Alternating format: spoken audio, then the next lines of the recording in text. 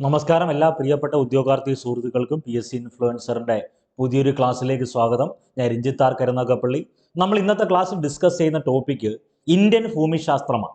Indian ഭൂമിശാസ്ത്രം എന്നറിയപ്പെടുന്ന ടോപ്പിക്കിൽ നിന്ന് നിങ്ങൾ എഴുതാൻ പോകുന്ന എല്ലാ മത്സര പരീക്ഷകളിലും ഏറ്റവും പ്രാധാന്യം അർഹിക്കുന്ന എത്ര മാർക്ക് ചോദ്യമാണോ അത്രയും മാർക്ക് ചോദ്യങ്ങൾ ഉറപ്പിക്കാനുള്ള മാജിക് മന്ത്ര കണ്ടന്റ് ഡിസ്കഷൻ ആണ് ഇന്നത്തെ ഈ ഒരു സീരീസിൽ നമ്മൾ ഉൾപ്പെടുത്തിയേക്കുന്നത്. അപ്പോൾ ക്ലാസ്സിന്റെ ആദ്യ അവസാനം കൃത്യമായി കാണുക. അതിനുശേഷം നിങ്ങൾ ചെയ്യേണ്ടത് ഇതിന്റെ PDF നോട്ട് വായിക്കണം, ഇതിന്റെ പരീക്ഷ അറ്റൻഡ് ചെയ്യണം. അപ്പോൾ എല്ലാവർക്കും വിജയാശംസകൾ നേരുന്നു. നമ്മൾ നേരെ കണ്ടന്റിലേക്ക് പോവുകയാണ്. ആദ്യം തന്നെ ഇന്ത്യൻ ജോഗ്രഫി അല്ലെങ്കിൽ ഇന്ത്യൻ ഭൂമിശാസ്ത്രം എന്നറിയപ്പെടുന്ന ടോപ്പിക്കിൽ നിന്ന് SCERT-യിൽ നിന്ന് ചോദിച്ച ഒരു ചോദ്യമാണ് ആദ്യം തന്നെ ഡിസ്കസ് ചെയ്യുന്നത്. 2023 NCA നോട്ടിഫിക്കേഷൻ പരീക്ഷയിൽ ചോദിച്ച ചോദ്യമാണ്: ഒരു നദിയിലേക്ക് വെള്ളം എത്തുന്ന നിശ്ചിത പ്രദേശം ഏതാണ്? ഓപ്ഷൻ എ കൊടുത്തിട്ടുണ്ട് നീർത്തടം, ഓപ്ഷൻ ബി നദീതടം, ഓപ്ഷൻ സി വൃഷ്ടി പ്രദേശം, ഓപ്ഷൻ ഡി ജല വിഭാജകം. ഇങ്ങനെ 4 ഓപ്ഷനുകളാണ് കേരള PSC കൊടുത്തേക്കുന്നത്. അപ്പൊ നമുക്ക് വേണ്ടത് നദിയുമായി ബന്ധപ്പെട്ട എല്ലാ കാര്യങ്ങളും നമ്മൾ പഠിച്ചു. ഇന്ത്യയിലെ പ്രധാനപ്പെട്ട നദികൾ കേരള PSC മത്സര പരീക്ഷയ്ക്ക് ആവർത്തിക്കുന്ന ഒരു ഏരിയയാണ്. ഇന്ത്യയിലെ പ്രധാനപ്പെട്ട ജലാശയങ്ങൾ അല്ലെങ്കിൽ നദികൾ, ഇന്ത്യയിലെ പ്രധാനപ്പെട്ട കായലുകൾ, ഇന്ത്യയിലെ പ്രധാനപ്പെട്ട ഡാമുകൾ, അങ്ങനെ ഇന്ത്യൻ ഭൂപ്രകൃതിയുമായി ബന്ധപ്പെട്ട് ഈ പറയുന്ന നദികളുമായി ബന്ധപ്പെട്ട് എഴുതി പഠിക്കണം. അതേപോലെ തന്നെയാണ് ചുരങ്ങളുമായി ബന്ധപ്പെട്ട ചോദ്യം. അത് തന്നെയാണ് ഈ പ്രധാനപ്പെട്ട സുഖവാസ കേന്ദ്രങ്ങൾ, പ്രധാനപ്പെട്ട സംസ്ഥാനങ്ങളുടെ അപരനാമങ്ങൾ, ഓരോ സംസ്ഥാനങ്ങളുടെ തലസ്ഥാനം, അങ്ങനെയൊക്കെ എല്ലാ ടോപ്പിക്കും ഉൾപ്പെടുന്നതാണ് എന്ത് ഇന്ത്യൻ ജോഗ്രഫി എന്ന് പറയുന്നത്. അതല്ലാതെ ഇന്ത്യൻ ജോഗ്രഫി എന്ന് പറയുന്ന കുറച്ച് നദികളെയും കുറച്ച് കായലുകളെയും മാത്രം പഠിക്കുന്നതല്ല, മറിച്ച് ഇന്ത്യയുമായി ബന്ധപ്പെട്ട എന്തൊക്കെ സവിശേഷതകളുണ്ടോ. അപ്പൊ ഇതിൽ ഇന്ത്യ എന്നറിയപ്പെടുന്ന മഹാരാജ്യത്തെ ഒരു സംസ്ഥാനമാണ് കേരളം. കേരളത്തിന്റെ ഭൂപ്രകൃതി പറയുമ്പം അത് ഇന്ത്യൻ ജോഗ്രഫിയിൽ ഉൾപ്പെടുന്ന ടോപ്പിക്കാണ്. അപ്പൊ അങ്ങനെ നമുക്ക് വേണ്ടത് ഒരു നദിയിലേക്ക് വെള്ളം എത്തുന്ന നിശ്ചിത പ്രദേശം ഏത് എന്നാണ് ചോദ്യം. ഓപ്ഷൻ എ നീർത്തടം, നദീതടം, വൃഷ്ടി പ്രദേശം, ജലവിഭാജകം. ആൻസർ ആയിട്ട് വരേണ്ടത് ഓപ്ഷൻ സി വൃഷ്ടി പ്രദേശമാണ്. നമുക്ക് എല്ലാവർക്കും അറിയാവുന്നതാണ്, കാച്ച്മെന്റ് ഏരിയ എന്നാണ് വൃഷ്ടി പ്രദേശത്തെ അറിയപ്പെടുന്നത്. ഒരു നദിയിലേക്ക് വെള്ളം എത്തുന്ന നിശ്ചിത പ്രദേശത്തിന്റെ പേരെന്താണ്? അത് വൃഷ്ടി പ്രദേശം എന്നാണ്. അപ്പൊ ചില ആളുകളെങ്കിലും മനസ്സിൽ കരുതും, എന്തുവായി നീർത്തടം, എന്തുവായി നദീതടം, എന്താണ് ഈ ജലവിഭാജകം? ഇതെല്ലാം SCERT സ്കൂൾ ടെക്സ്റ്റിൽ വളരെ വ്യക്തമായി കൊടുത്തതുകൊണ്ട് തന്നെ അത് നമ്മൾ ഡീറ്റെയിൽ ആയിട്ട് പഠിക്കാൻ പോവുകയാണ്. ഒന്നാമത്തത്, ഒരു നദി ഉത്ഭവിക്കുന്ന പ്രദേശത്തെ അറിയപ്പെടുന്ന പേരാണല്ലോ സോഴ്സ് അല്ലെങ്കിൽ പ്രഭവ സ്ഥാനം എന്നറിയപ്പെടുന്നു. അതൊന്ന് ഓർത്തു വെക്കണേ. ഒരു നദി, അത് ഏത് നദി ആയിക്കോട്ടെ, ഏത് നദി, ഏത് മഹാരാജ്യത്തെ, ഏത് രാജ്യത്തെ, ഏത് സംസ്ഥാനത്തെ നദി ആയാലും ആ രാജ്യത്ത് അല്ലെങ്കിൽ ആ സംസ്ഥാനത്ത് ഒരു നദി ഉത്ഭവിക്കുന്നു എങ്കിൽ അതിന്റെ ഉത്ഭവ പ്രദേശത്തെ അറിയപ്പെടുന്ന പേര് പ്രഭവ സ്ഥാനമെന്നാണ്. നമ്മൾ കേരളത്തിലെ നദികളെ പറ്റി പഠിക്കുമ്പം ഇത്ര നദികൾ പശ്ചിമഘട്ടത്തിൽ ഉത്ഭവിക്കുന്നു എന്ന് പഠിക്കാറില്ലേ? അപ്പൊ അതേ ലോജിക്ക് തന്നെയാണ്. അപ്പൊ ഒരു നദി ഉത്ഭവിക്കുന്ന പ്രദേശത്തിന്റെ പേരാണ് സോഴ്സ് അല്ലെങ്കിൽ പ്രഭവ സ്ഥാനം എന്ന് പറയുന്നത്. അതൊന്ന് ഓർത്തു വെക്കണം. ഇനി നദീമുഖം അല്ലെങ്കിൽ മൗത്ത് എന്നറിയപ്പെടുന്ന ഒരു ജോഗ്രഫിക്കൽ കണ്ടന്റ് ഉണ്ട്. അത് നമുക്ക് പഠിക്കേണ്ടത് എങ്ങനെയാ? നദി എന്നറിയപ്പെടുന്ന സംവിധാനം അല്ലെങ്കിൽ നദി കടലിലോ മറ്റേതെങ്കിലും ജലാശയത്തിലോ പതിക്കുന്ന ഇടത്തിന്റെ പേരാണ് നദീമുഖം എന്ന് പറയുന്നത്. അപ്പൊ ഒരു നദി ഉത്ഭവിക്കുന്ന പ്രദേശത്തിന്റെ പേര് പ്രഭവസ്ഥാനം എന്നാണ്. നദീമുഖം എന്ന് പറഞ്ഞാൽ ഒരു നദി കടലിലോ മറ്റേതെങ്കിലും ജലാശയത്തിലോ പതിക്കുന്ന ഇടത്തിന്റെ പേരാണെന്ത്? നദീമുഖം എന്ന് പറയുന്നത്. ഇനി നീർത്തടം അല്ലെങ്കിൽ ഡ്രെയിനേജ് ബാസിൻ എന്നറിയപ്പെടുന്ന ഒരു കൺസെപ്റ്റിനെ പറ്റി ഒന്ന് ഓർത്തു വെക്കണം. ഒരു നദിയും അതിന്റെ പോഷക നദികളും ചേർന്ന് ഒഴുകുന്ന മുഴുവൻ പ്രദേശത്തെയും അറിയപ്പെടുന്ന പേരാണ് നീർത്തടം. തണ്ണീർത്തടം എന്നല്ല ഞാൻ പറഞ്ഞത്. നീർത്തടം എന്ന് പറഞ്ഞാൽ ഒരു നദിയും അതിൻ്റെ ഏതൊക്കെ പോഷക നദികളുണ്ടോ അതെല്ലാം കൂടെ ചേർന്നൊഴുകുന്ന മുഴുവൻ പ്രദേശത്തെയും അറിയപ്പെടുന്ന പേര് നീർത്തടം എന്നാണ്. ഇനി ഒരു കാര്യം കൂടെ നിങ്ങൾ പഠിക്കണം. ജലവിഭാജകം എന്നറിയപ്പെടുന്ന ഒരു ജോഗ്രഫിക്കൽ കണ്ടന്റ് ഉണ്ട്. നമ്മളെ കുഴപ്പിച്ച് കളയും ഈ ഒരു ക്വസ്റ്റിനെ കാണുന്ന സമയത്ത്.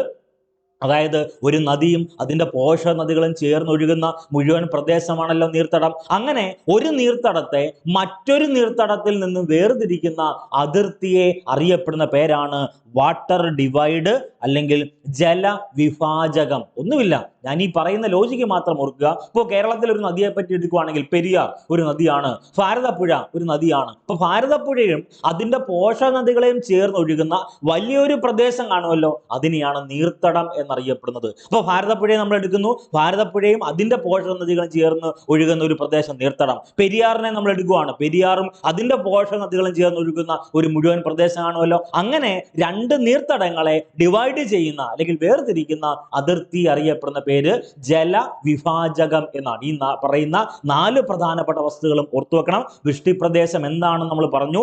ഒരു നദിയിലേക്ക് വെള്ളമെത്തുന്ന നിശ്ചിത പ്രദേശം, അങ്ങനല്ലേ ചോദ്യം പറഞ്ഞേക്കുന്നത്? ഒരു നദിയിലേക്ക് വെള്ളമെത്തുന്ന നിശ്ചിത പ്രദേശത്തിന്റെ പേര് വൃഷ്ടിപ്രദേശം അല്ലെങ്കിൽ കാച്ച്മെന്റ് ഏരിയ എന്നാണെന്ന് ഓർത്തു വെക്കണം. ഒരു നദി ഉത്ഭവിക്കുന്ന പ്രദേശത്തെ അറിയപ്പെടുന്ന പേര് പ്രഭവസ്ഥാനം അല്ലെങ്കിൽ സോഴ്സ് എന്നാണ്. നദീമുഖം അല്ലെങ്കിൽ മൗത്ത് എന്ന് പറഞ്ഞാൽ നദി കടലിലോ മറ്റേതെങ്കിലും ജലാശയത്തിലോ പതിക്കുന്ന ഇടമാണ് നദീമുഖം. ഒരു നദിയും അതിന്റെ പോഷക നദികളും ചേർന്ന് ഒഴുകുന്ന മുഴുവൻ പ്രദേശത്തെ അറിയപ്പെടുന്ന പേര് നീർത്തടം അല്ലെങ്കിൽ ഡ്രെയിനേജ് ബാസിൻ എന്നാണ്. ഒരു നീർത്തടത്തെ മറ്റൊരു നീർത്തടത്തിൽ നിന്നും വേർതിരിക്കുന്ന അതിർത്തിയെ അറിയപ്പെടുന്ന പേര് ജലവിഭാജകം എന്നാണ്, അല്ലെങ്കിൽ വാട്ടർ ഡിവൈഡ് എന്നാണ് അറിയപ്പെടുന്നത്. ഇത്രയും കാര്യങ്ങൾ ഓക്കെ ആണല്ലോ? ഇത്രയും കാര്യങ്ങൾ ഓക്കെ ആണെന്ന് വിശ്വസിക്കുന്നു. അടുത്തത് വളരെ ഇമ്പോർട്ടന്റ് ആയിട്ടുള്ള ഒരു കാര്യമാണ്, വേറെ ഒന്നുമില്ല. 10th ലെവൽ പ്രിലിമിനറി പരീക്ഷ, അപ്പം ആ ഫസ്റ്റ് സ്റ്റേജിലെ പരീക്ഷ കഴിയും. അപ്പൊ അതിനുശേഷം second stage, third stage, fourth stage പരീക്ഷ ഫോക്കസ് ചെയ്യുന്ന പ്രിയപ്പെട്ട ഉദ്യോഗാർത്ഥികൾക്ക് വേണ്ടി PSC ഇൻഫ്ലുവൻസർ കൂട്ടായ്മ ഒരു വർക്കൗട്ട് ബാച്ച് കണ്ടക്ട് ചെയ്തിട്ടുണ്ട്. 99 രൂപയാണ് കോഴ്സ് ഫീസ്. മറ്റു ഡീറ്റെയിൽസ് അറിയാൻ വേണ്ടി ഈ കാണുന്ന നമ്പറിൽ 9072728242 നമ്പറിലേക്ക് ജസ്റ്റ് ഒരു വാട്സാപ്പ് മെസ്സേജ് അയക്കുക. അപ്പം നമ്മൾ നേരെ കണ്ടന്റിലേക്ക് പോവുക. ആദ്യം തന്നെ ഈ ഇന്ത്യൻ ജോഗ്രഫി എന്നറിയപ്പെടുന്ന ഏരിയ പഠിക്കുമ്പം ഏറ്റവും കൂടുതൽ തവണ ചോദിച്ച ഒരു ഫാക്റ്റ് ആണ് ലഡാക്ക്. കൂടുതൽ തവണ ചോദിച്ച കുറെ അധികം ചോദ്യങ്ങളുണ്ട്. അതിലൊന്ന് ലഡാക്കിൽ നിന്ന് അല്ലെങ്കിൽ ലഡാക്ക് എന്നറിയപ്പെടുന്ന ഭൂപ്രകൃതിയുമായി ബന്ധപ്പെട്ട ഒരു സ്ഥലത്ത് നിന്ന് ഒരു ചോദ്യം ചോദിക്കാറുണ്ട് മിക്ക മത്സര പരീക്ഷകളിൽ. മറ്റൊരു പ്രധാനപ്പെട്ടതാണ് സുന്ദർബൻ ഡെൽറ്റ. ഉറപ്പായും ചോദിക്കുന്ന കുറച്ച് ഏരിയ ആണ്. ലഡാക്ക് എന്നറിയപ്പെടുന്ന ഏരിയ നിങ്ങൾ പഠിക്കണം. സുന്ദർബൻ ഡെൽറ്റ എന്നറിയപ്പെടുന്ന കണ്ടന്റ് നിങ്ങൾ പഠിക്കണം. സിയാച്ചിൻ ഹിമാനിയെ പറ്റി പഠിക്കണം. ഈ 3 ചോദ്യത്തിൽ നിന്നും അല്ലെങ്കിൽ ഈ 3 ഫാക്റ്റിൽ നിന്നും ഉറപ്പായും നിങ്ങൾ എഴുതാൻ പോകുന്ന മത്സര പരീക്ഷയിൽ ഒരു ചോദ്യം കാണും. കാരണം എന്താണെന്ന് ചോദിച്ചാൽ ഈ 3 ഫാക്റ്റുകളും SCERT സ്കൂൾ ടെക്സ്റ്റിൽ കൊടുത്തിട്ടുണ്ട്. അപ്പൊ ഒന്നാമത്തെ വസ്തുതയിലേക്ക് നമ്മൾ പോകുന്നു.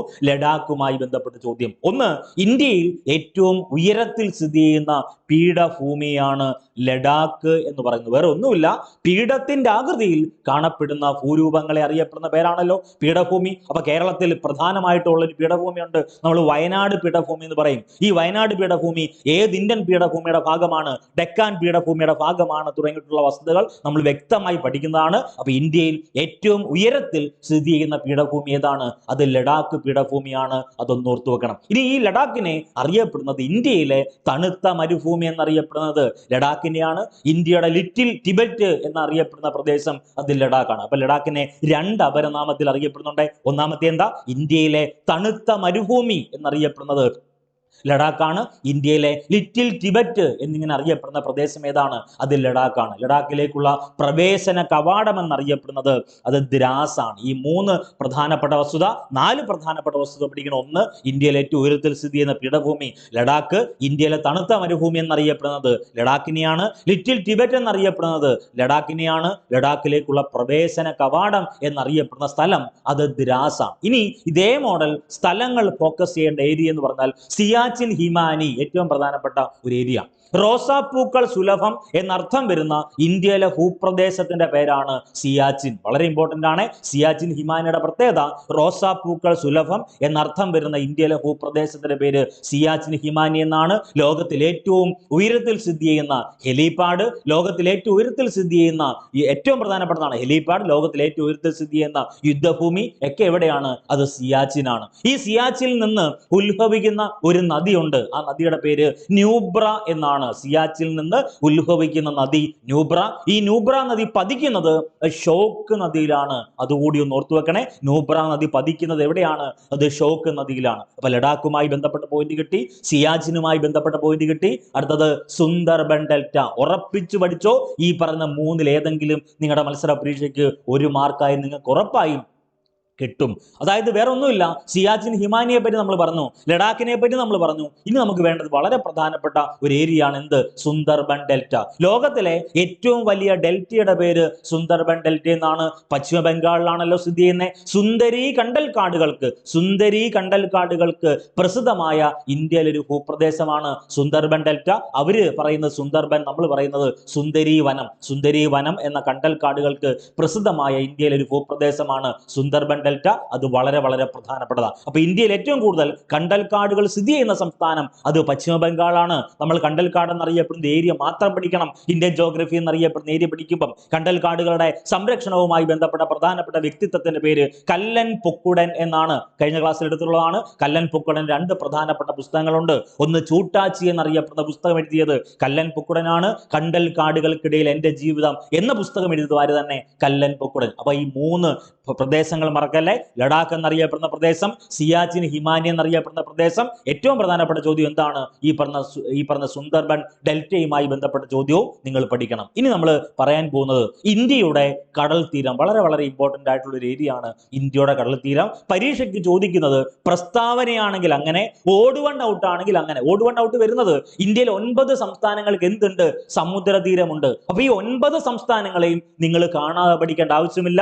ഒരു ലോജിക്കായി ഇപ്പൊ പഠിപ്പിച്ചു തരാം. അതുകൊണ്ടാണ് നമ്മൾ മാജിക് മന്ത്ര ഡിസ്കഷൻ എന്ന് പറയുന്നത്. നിങ്ങളുടെ മനസ്സിലേക്ക് ഇത് എങ്ങനെ സിസ്റ്റമാറ്റിക് ആയി കൃത്യമായി ഒരു ഇമേജ് പോലെ വരുന്നത് എങ്ങനെയാണെന്ന് പറഞ്ഞുതരാം. നിങ്ങൾ ചെയ്യേണ്ടത്, നിങ്ങളുടെ കയ്യിൽ ഇപ്പോൾ ഒരു പേന ഇരിപ്പുണ്ട്, ഒരു പേപ്പർ ഇരിപ്പുണ്ടെങ്കിൽ, അല്ലെങ്കിൽ പേനയും പേപ്പറും ഉണ്ടെങ്കിൽ, അല്ലെങ്കിൽ നിങ്ങളുടെ ബുക്കിലേക്ക് വി ഷേപ്പിൽ എന്തെങ്കിലും വി രൂപത്തിൽ വരച്ചേ.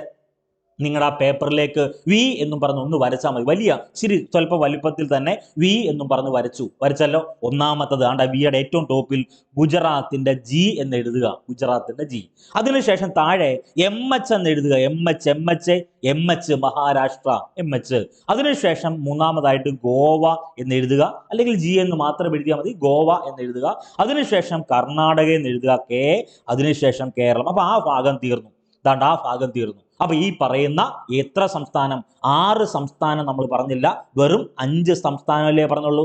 ഗുജറാത്ത്, മഹാരാഷ്ട്ര, ഗോവ, കർണാടക, കേരളം.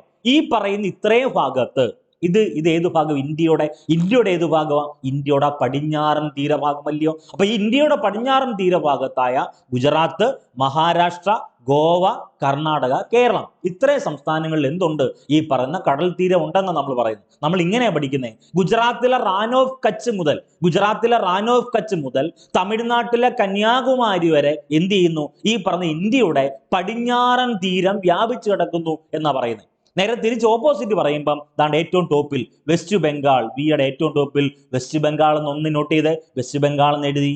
താഴെ ഒഡീഷ എന്ന് എഴുതണം. അടുത്ത താഴെ ആന്ധ്രാപ്രദേശ് AP എന്ന് എഴുതിയാൽ മതി. അതിനുശേഷം തമിഴ്നാട് ഒന്ന് നോട്ട് ചെയ്തേക്കുക. അപ്പൊ ഈ പറയുന്ന 4 സംസ്ഥാനമായല്ലോ. ഇപ്പുറത്ത് എത്ര സംസ്ഥാനം? 5 സംസ്ഥാനങ്ങളാ. അപ്പുറത്ത് 4 സംസ്ഥാനങ്ങൾ. അപ്പൊ നമുക്ക് വേണ്ടത് 5 + 4 9 സംസ്ഥാനങ്ങളിൽ എന്തുണ്ട്? ഇന്ത്യയിൽ കടൽ തീരമുണ്ട്. അപ്പൊ ഇവിടെ ലോജിക്ക് മനസ്സിലാക്കണം. പരീക്ഷയിൽ കയറുമ്പം താഴെ പറയുന്ന സംസ്ഥാനങ്ങളിൽ കടൽ തീരമില്ലാത്ത സംസ്ഥാനം ഏത് എന്നാണ് ചോദിക്കുന്നതെങ്കിൽ ഈ 9 സംസ്ഥാനങ്ങളെ ഒന്ന് വി പോലെ നമ്മളെ എഴുതുന്ന ക്വസ്റ്റ്യൻ പേപ്പറിന്റെ സൈഡിലിട്ട് ഒന്ന് വി പോലെ ഒരു 2-3 സെക്കൻഡോ നിങ്ങൾക്ക് സമയം സ്പെൻഡ് ചെയ്യാനുള്ള സമയമേ ഉള്ളൂ. അപ്പൊ വി പോലെ ഒന്ന് വരയ്ക്കുക. ഗുജറാത്ത്, മഹാരാഷ്ട്ര, താഴെ ഗോവ, കർണാടക, കേരളം. അത് ഓക്കെ ആയി. ദെൻ അതിനുശേഷം തമിഴ്നാട്, പിന്നെ ആന്ധ്രാപ്രദേശ്, ഒഡീഷ, വെസ്റ്റ് ബംഗാൾ. ഇങ്ങനെ പഠിച്ചാൽ ഇനിയുള്ള നമുക്ക് വേണ്ട 6 ടോപ്പിക് നമുക്ക് ഈസി ആയിട്ട് ഹാൻഡിൽ ചെയ്യാം. അതിൽ തുറമുഖം എന്നറിയപ്പെടുന്ന ഏരിയ ഉണ്ട്, തീരസമതലം എന്നറിയപ്പെടുന്ന ടോപ്പിക് ഉണ്ട്, പശ്ചിമഘട്ടവും പൂർവ്വഘട്ടവും ഇതേപോലെ നമ്മൾ പഠിച്ചു മാറ്റാൻ വേണ്ടി സാധിക്കും. അപ്പൊ ഇന്ത്യയുടെ കടൽ തീരം എന്നറിയപ്പെടുന്ന ടോപ്പിക് പഠിക്കുമ്പോൾ ആദ്യം നിങ്ങൾ ചെയ്യേണ്ടത് നിങ്ങൾ എഴുതുന്ന അല്ലെങ്കിൽ നിങ്ങൾ പഠിക്കുന്ന ബുക്കിലേക്ക് അല്ലെങ്കിൽ പേപ്പറിലേക്ക് വി പോലെ ഒരു രൂപം ഇത്തിരി വലിപ്പത്തിൽ വി പോലെ വരയ്ക്കുക. അതിനുശേഷം ഈ പറഞ്ഞ സംസ്ഥാനങ്ങളൊക്കെ ഒന്ന് നോട്ട് ചെയ്താൽ മതി. ഈ പറഞ്ഞ 9 സംസ്ഥാനങ്ങളും കാണാപ്പാട് ഒന്നും പഠിക്കണ്ട. ചില ആളുകളുണ്ട് പരീക്ഷയിൽ കയറുന്ന സമയത്ത് ഈ കോഡുകളൊക്കെ പഠിച്ചുകൊണ്ട് പോകും. ഇപ്പൊ ഞാൻ ഉൾപ്പെടെയുള്ള എല്ലാവർക്കും ഒരു ധാരണയുണ്ട്, ഒരു 100 കോഡ് പഠിച്ചാൽ ജോലി കിട്ടുമോ? ജോലി കിട്ടുന്നത് അത് ഭാഗ്യം പോലെ നമ്മൾ ചെയ്യുന്ന എഫേർട്ട് പോലെ ഇരിക്കും. 100 കോഡ് പഠിച്ചെന്ന് പറഞ്ഞ് പരീക്ഷയിൽ കയറുമ്പോൾ ഇതിൽ ഏത് കോഡാണ് നമുക്ക് ഓർമ്മ വെക്കേണ്ടേ? അതിനുവേണ്ടി ഒരു കോമൺ ഒരു ഫ്രെയിം പോലെ മനസ്സിലങ്ങ് പ്രതിഷ്ഠിച്ച് വെച്ചേക്കുക. ഒരു വി ഷേപ്പ് ആകുമ്പോൾ ഏറ്റവും ടോപ്പിൽ ഗുജറാത്ത് വരണം, ഗുജറാത്തിന് താഴെ മഹാരാഷ്ട്ര വരണം, അത് കഴിഞ്ഞാൽ ഗോവ വരണം, കർണാടക വരണം, കേരള വരണം. അപ്പൊ അത്രയും ഭാഗം പടിഞ്ഞാറായി. ഇനി കിഴക്കോട്ട് വരുമ്പം തമിഴ്നാട് വരും, ആന്ധ്രാപ്രദേശ് വരും, ഒഡീഷ വരും, വെസ്റ്റ് ബംഗാൾ വരും. ഇപ്പം നമുക്ക് പറയാൻ പറ്റും, പക്ഷെ പരീക്ഷയിൽ കയറുമ്പോൾ തിരിഞ്ഞു പോരുത്. എങ്ങനെയാണെന്ന് വെച്ചാൽ നിങ്ങളുടെ യുക്തി പോലെ നിങ്ങൾ പഠിക്കുക. അപ്പൊ ഇന്ത്യയുടെ കടൽ തീരം എന്നറിയപ്പെടുന്ന ഏരിയ ഡിസ്കസ് ചെയ്യുമ്പോൾ ആദ്യം പഠിക്കുന്നത് ഇന്ത്യയുടെ പടിഞ്ഞാറൻ കടൽ തീരം. എന്റെ കൂടെ എന്ന് പറഞ്ഞേ, ഇന്ത്യയുടെ പടിഞ്ഞാറൻ കടൽ തീരം ഗുജറാത്തിലെ റാൻ ഓഫ് കച്ച് മുതൽ കന്യാകുമാരി വരെ വ്യാപിച്ചു കിടക്കുന്നു. ഇന്ത്യയുടെ കിഴക്കൻ തീരം മറക്കല്ലേ, ഇന്ത്യയുടെ കിഴക്കൻ കടൽ തീരം വെസ്റ്റ് ബംഗാളിലെ എന്റെ കൂടെ പറ, വെസ്റ്റ് ബംഗാളിലെ സുന്ദർബൻ ഡെൽറ്റ മുതൽ കന്യാകുമാരി വരെ വ്യാപിച്ചു കിടക്കുന്നു. അപ്പൊ ഒരു ചോദ്യം ചോദിക്കും, എന്താണെന്നറിയാം? ഏതാണെന്നറിയോ? പടിഞ്ഞാറൻ തീരവും കിഴക്കൻ തീരവും കൂടിച്ചേരുന്ന സ്ഥലത്തിന്റെ പേര് കന്യാകുമാരി എന്നാണ്. അത് മറക്കരുത്. കന്യാകുമാരിയെ പറ്റിയുള്ള കണ്ടന്റ് ഒക്കെ നമ്മളിപ്പോൾ ഡിസ്കസ് ചെയ്യും. അപ്പൊ നമുക്ക് വേണ്ട ഒന്നാമത്തെ ലോജിക്ക്, പടിഞ്ഞാറൻ തീരവും കിഴക്കൻ തീരവും കൂടിച്ചേരുന്ന സ്ഥലം ഏതാണ്? അത് കന്യാകുമാരിയാണ്. ഒന്നാമത്തെ വസ്തുത. ഇന്ത്യയിൽ ഏറ്റവും കൂടുതൽ സമുദ്ര തീരമുള്ള സംസ്ഥാനത്തിന്റെ പേര് അത് ഗുജറാത്താണ്. ഗുജറാത്തുമായി ബന്ധപ്പെട്ട് 4 പ്രധാനപ്പെട്ട ചോദ്യങ്ങൾ നിങ്ങൾ പഠിച്ചേ പറ്റൂ. ഒന്ന്, ഇതിഹാസങ്ങളുടെ നാടെന്നറിയപ്പെടുന്ന ഇന്ത്യൻ സംസ്ഥാനം ഗുജറാത്താണ്. സംസ്ഥാന രൂപീകരണം മുതൽ സമ്പൂർണ്ണ മദ്യനിരോധനം നിലവിലുള്ള ഏക ഇന്ത്യൻ സംസ്ഥാനം ഗുജറാത്താണ്. മഹാത്മാഗാന്ധിയുടെ ജന്മസ്ഥലമായ പോർബന്ദറിന്റെ ആദ്യകാല പേര് സുധാമാപുരി എന്നാണ്. അത് സ്ഥിതി ചെയ്യുന്നത് ഗുജറാത്താണ്. വളരെ വളരെ പ്രധാനപ്പെട്ടതാ. ഇപ്പം നമ്മൾ പഠിപ്പിച്ച പോയിന്റ്, ഏറ്റവും കൂടുതൽ സമുദ്ര തീരമുള്ള ഇന്ത്യൻ സംസ്ഥാനം ഏതാണ്? അത് ഗുജറാത്താണ്. അപ്പോൾ ഒരു ചോദ്യം ഞാൻ അങ്ങോട്ട് ചോദിച്ചോട്ടെ. ഈ 9 സംസ്ഥാനത്തിൽ ഒരു സംസ്ഥാനമാണല്ലോ ഗുജറാത്ത്. ഏറ്റവും കുറവ് കടൽ തീരമുള്ള സംസ്ഥാനം ചോദിക്കുമ്പം വേറെ ഒന്നും ആലോചിക്കേണ്ട, ഏറ്റവും ചെറിയ സംസ്ഥാനം ഏതാന്ന് മാത്രം ഒന്ന് ഓർത്താൽ മതി. ഗോവ. ഏറ്റവും കുറവ് കടൽ തീരമുള്ള സംസ്ഥാനം ഗോവ. ഏറ്റവും കൂടുതൽ സമുദ്ര തീരമുള്ള സംസ്ഥാനം ഏതാണ്? അത് ഗുജറാത്ത്. ഗോവയെ പറ്റി പഠിക്കുമ്പോൾ 3 കാര്യങ്ങൾ പഠിക്കണം. മർമ്മ ഗോവ എന്നറിയപ്പെടുന്ന ഗോവയാണ്. ഗോമന്തകം എന്നറിയപ്പെടുന്ന ഗോവയാണ്. മർമ്മ ഗോവ എന്നറിയപ്പെടുന്ന തുറമുഖം ഗോവ സംസ്ഥാനത്താണ്. അതിനൊരു പ്രത്യേകതയുണ്ട്. ഇന്ത്യയിൽ ഏറ്റവും കൂടുതൽ ഇരുമ്പയിര് കയറ്റുമതി ചെയ്യുന്ന തുറമുഖമാണ് ഏത്? ഗോവ തുറമുഖം അല്ലെങ്കിൽ മർമ്മ ഗോവ തുറമുഖം. അതൊന്ന് ഓർത്തു വെക്കുക. ഇനി 9 സംസ്ഥാനങ്ങൾക്ക് സമുദ്രതീരം ഉണ്ടെന്നാ പറഞ്ഞേ. അപ്പൊ ഞാൻ എന്റെ കൂടെ ഒന്ന് പറഞ്ഞേ. 9 സംസ്ഥാനങ്ങൾ പറഞ്ഞല്ലോ. പരീക്ഷയ്ക്ക് നമുക്ക് അധിക സമയമില്ല. നമുക്ക് ഇങ്ങനെ സിസ്റ്റമാറ്റിക് ആയിട്ട് പഠിച്ചു പോവുകയല്ല, മറിച്ച് ഒരു മാജിക് മന്ത്ര മോഡൽ അല്ലെങ്കിൽ മാജിക് മന്ത്ര മോഡൽ നിങ്ങളെ പഠിപ്പിച്ച് പോവുകയാണ്. ഒന്നാമത്തത് ഗുജറാത്ത് ഏറ്റവും ടോപ്പിൽ വരണം. ഗുജറാത്ത്, അതിനുശേഷം താഴെ മഹാരാഷ്ട്ര, അതിനുശേഷം താഴെ ഗോവ, അതിനുശേഷം താഴെ കർണാടക, അതിനുശേഷം താഴെ കേരളം. തീർന്നു. പിന്നെ തമിഴ്നാടും ഉണ്ട്, അതിന്റെ കന്യാകുമാരി പ്രദേശമുണ്ട്. അത് കിഴക്കൻ ഭാഗത്തോട്ട് പോവുകയാണെങ്കിൽ അത്രയും നല്ലത്. അങ്ങനെയല്ല ജോഗ്രഫി പഠിപ്പിക്കുന്ന സമയത്ത് നമ്മൾ ഏരിയ പഠിപ്പിക്കുന്നത്. തമിഴ്നാട് കഴിഞ്ഞാൽ പിന്നെ ആന്ധ്രാപ്രദേശ്, പിന്നെ ഒഡീഷ, അതിനുശേഷം വെസ്റ്റ് ബംഗാൾ. അപ്പൊ അവിടെ തെലങ്കാന സംസ്ഥാനം എന്തല്ല, ഒരു കരബന്ധിത സംസ്ഥാനമാണ്, മറിച്ച് എന്തില്ല, സമുദ്രതീരം ഇല്ല ഈ തെലങ്കാന സ്റ്റേറ്റിന്. അതൊന്ന് ഓർത്തു വെക്കുക, വളരെ ഇമ്പോർട്ടന്റ്. ഇനി ദക്ഷിണേന്ത്യയിൽ, അടുത്ത ചോദ്യത്തിലേക്ക് വരിക. ദക്ഷിണേന്ത്യയിൽ കടൽ തീരം ഇല്ലാത്ത ഒരു സംസ്ഥാനമാണ് ഏത്? തെലങ്കാന. തെലങ്കാന സംസ്ഥാനത്തിന്റെ രൂപീകരണവുമായി ബന്ധപ്പെട്ട കമ്മീഷന്റെ പേര് ശ്രീകൃഷ്ണ കമ്മീഷൻ എന്നാണ്. തൊട്ട് മുന്നത്തെ ക്ലാസ് നമ്മൾ ഇന്ത്യൻ ചരിത്രത്തിന്റെ മെഗാ റിവിഷൻ എടുത്ത സമയത്ത് നമ്മൾ ഡിസ്കസ് ചെയ്തിരുന്നു. അതൊന്ന് ഓർത്തു വെക്കുക. അപ്പൊ ഇന്ത്യയുടെ കടൽ തീരത്തെ പറ്റിയുള്ള ബേസ് കണ്ടന്റ് കിട്ടിയല്ലോ. ഇത് പഠിച്ചോണേ, മറക്കരുത്, ഉറപ്പായും ചോദിക്കും. ഇനി ഇതാണ്ട് ഈ ഒരു പടം മനസ്സിലുണ്ടായിരിക്കണം. ഉറപ്പായും നിങ്ങൾക്ക് ഈ ഒരു ടോപ്പിക്കിൽ നിന്ന്, ഈ ഒരു പടത്തിൽ നിന്ന് തന്നെ ഏകദേശം ഒരു മിനിമം ഒരു 3-4 മാർക്ക് സ്കോർ ചെയ്യാൻ പറ്റും. വേറെ ഒന്നുമില്ല. ഇന്ത്യയുടെ, നമ്മൾ പറയും ഇന്ത്യ എന്ന് പറയുന്നത് ഒരു ഉപദ്വീപ് എന്നാ പറയുന്നത്. ശരിയാണല്ലോ, ഇന്ത്യ ഒരു ഉപദ്വീപാണ്. ഇനി ഓരോന്നും പറഞ്ഞു തരുവാ. അതാണ് ഒന്നാമത്തത് ഈ പറഞ്ഞ ഗുജറാത്ത് സംസ്ഥാനം. ഗുജറാത്ത് സംസ്ഥാനം. അതിനുശേഷം താഴോട്ട് വരുന്ന സമയത്ത് എന്താണ്? മഹാരാഷ്ട്ര. മഹാരാഷ്ട്ര. മഹാരാഷ്ട്ര കഴിഞ്ഞാൽ പിന്നെന്താണ്? ഗോവ. ഗോവ. അതിനുശേഷം കർണാടക, അതിനുശേഷം കേരളം. അങ്ങനെയാണല്ലോ നമ്മൾ വരുന്നത്. അങ്ങനെയല്ലേ നമ്മൾ പഠിക്കുന്നത്. ഗുജറാത്ത്, മഹാരാഷ്ട്ര, ഗോവ, കർണാടക, കേരളം. ഇങ്ങനെ നമ്മൾ പഠിക്കുന്നത്. ഇനി അടുത്തത് ഓപ്പോസിറ്റ് ഭാഗം നോക്കിയേ. തമിഴ്നാട് എന്നറിയപ്പെടുന്ന സംസ്ഥാനത്തെ പറ്റി നമ്മൾ പഠിക്കും. തമിഴ്നാടുണ്ട്. അതിനുശേഷം ആന്ധ്രാപ്രദേശ് എന്നറിയപ്പെടുന്ന ടോപ്പിക് ഉണ്ട്. ഒഡീഷ എന്നറിയപ്പെടുന്ന സംസ്ഥാനമുണ്ട്. പിന്നെ നമ്മൾ പഠിക്കുന്നത് വെസ്റ്റ് ബംഗാൾ എന്നറിയപ്പെടുന്ന സംസ്ഥാനമാണ്. ഇങ്ങനെയാണല്ലോ നമ്മൾ പഠിക്കുന്നത്. ഇത് പഠിക്കുമ്പം നമുക്ക് ഏറ്റവും പ്രധാനപ്പെട്ട, ഇങ്ങനെ പഠിച്ചാൽ നമ്മൾ വി പോലെ വരച്ചു, അതിനുശേഷം നമ്മൾ പടത്തിലേക്ക് ഈ വി പോലെ വരച്ച നോട്ടിനെ നമ്മൾ എന്ത് ചെയ്യുക? ഈ പടത്തിലേക്ക് ഒന്ന് ലയിപ്പിക്കുക. വേറെ ഒന്നുമില്ല. നമ്മൾ ആദ്യം വി പോലെ വരച്ചതിൽ ഒന്നാമത്തത് ഗുജറാത്ത് ആണല്ലോ. ഗുജറാത്ത് എന്നറിയപ്പെടുന്ന സംസ്ഥാനത്തിന്റെ ഐഡി കിട്ടിയല്ലോ ആദ്യം. അതിന് താഴെ മഹാരാഷ്ട്രയുണ്ട്. അതിനും താഴെ ആരുണ്ട്? ഗോവയുണ്ട്. അതിനുശേഷം കർണാടകയുണ്ട്. അതിനുശേഷം കേരളമുണ്ട്. അതിനുശേഷം കിഴക്കൻ ഭാഗത്ത് തമിഴ്നാട്, ആന്ധ്രാപ്രദേശ്, ഒഡീഷ, വെസ്റ്റ് ബംഗാൾ. ഇത്രയും കാര്യങ്ങളൊക്കെയാണോ? വേറെ എങ്ങോട്ടും നിങ്ങൾ നോക്കണ്ട. അടുത്തത് ഇതാണ്ടേ, ഇതാണ് പരീക്ഷയ്ക്ക് ചോദിക്കുന്നത്. ഇന്ത്യയുടെ ഈ പറയുന്ന ഇത്രയും ഭാഗത്ത് ജലാശയമാണ്. നമ്മൾ പറഞ്ഞല്ലോ, ഇന്ത്യ എന്ന് പറയുന്നത് 3 ഭാഗം എന്താണ്? സമുദ്രത്താൽ ചുറ്റപ്പെട്ട പ്രദേശമായതുകൊണ്ട് ഇന്ത്യ ഒരു എന്താണ്?